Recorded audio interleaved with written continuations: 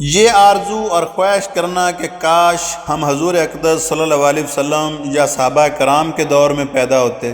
کبھی کبھی ہمارے دلوں میں یہ احمقانہ خیال آتا ہے کہ کاش ہم بھی حضور اقدس صلی اللہ علیہ وسلم کے زمانے میں پیدا ہوتے اور اس زمانے کی برکات حاصل کرتے، صحابہ کرام کے ساتھ ہوتے اور سرکار دو عالم صلی اللہ علیہ وسلم کی زیارت نصیب ہوتی، جہاد اور غزوات میں آپ کے ساتھ شریک ہوتے۔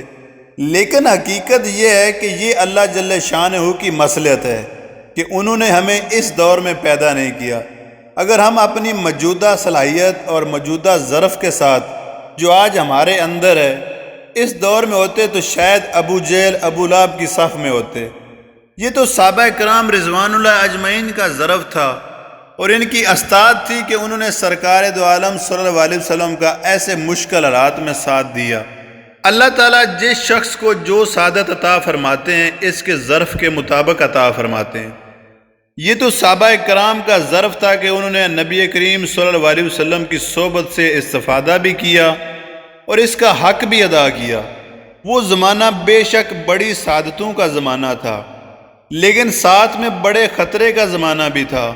آج ہمارے پاس حضور اقدس صلی اللہ علیہ وسلم کے جو ارشادات ہیں وہ واسطہ در واسطہ ہو کر ہم تک پہنچیں۔ اس لیے علماء کرام نے فرمایا کہ جو شخص خبر واحد سے ثابت شدہ بات کا انکار کر دے اور یہ کہے کہ میں اس بات کو نہیں مانتا تو ایسا شخص سخت گنہگار ہوگا لیکن کافر نہیں ہوگا، منافق نہیں ہوگا۔ اور اس زمانے میں اگر کسی شخص نے کوئی کلمہ حضور اقدس صلی اللہ علیہ وسلم کی زبان مبارک سے براہ راست سنا اور پھر اس کا انکار کیا تو انکار کرتے ہی کفر میں داخل ہو گیا۔ اور حضرات صحابہ کرام کو ایسی آزمائشیں پیش آئی ہیں کہ یہ انہی کا ظرف تھا کہ ان آزمائشوں کو جھیل گئے۔ خدا جانے اگر ہم ان کی جگہ ہوتے تو نہ جانے کس میں شمار ہوتے۔ اس ماحول میں جس طرح حضرت ابوبکر صدیق رضی اللہ تعالیٰ عنہ، فاروق اعظم رضی اللہ تعالیٰ عنہ، عثمان غنی رضی اللہ تعالیٰ عنہ اور علی مرتضیٰ رضی اللہ تعالیٰ عنہ پیدا ہوئے، اس ماحول میں ابو جہل اور ابو لہب بھی پیدا ہوئے، عبداللہ بن ابی اور دوسرے منافقین بھی پیدا ہوئے۔ ارے یہ تو اللہ تعالیٰ کی حکمت ہے اور وہی اپنی حکمت سے فیصلہ فرماتے ہیں اور اپنی حکمت سے ہمیں اس دور میں پیدا فرمایا۔ اگر ہم اس دور میں پیدا ہو جاتے تو خدا جانے کس اسفل سافلین میں ہوتے۔ اللہ تعالیٰ بچائے، آمین۔ اس لیے کہ وہاں ایمان کا معاملہ اتنا نازک تھا کہ ذرا سی دیر میں انسان ادھر سے ادھر ہو جاتا۔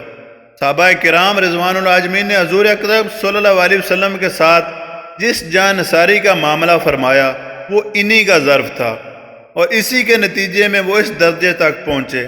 اگر ہم جیسا آرام پسند اور عافیت پسند آدمی اس دور میں ہوتا تو خدا جانے کیا حشر بنتا۔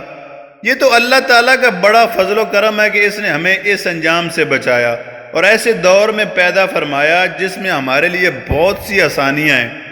اس لیے اللہ تعالیٰ نے جس شخص کے حق میں جو چیز مقدر فرمائی ہے وہی چیز اس کے حق میں بہتر ہے۔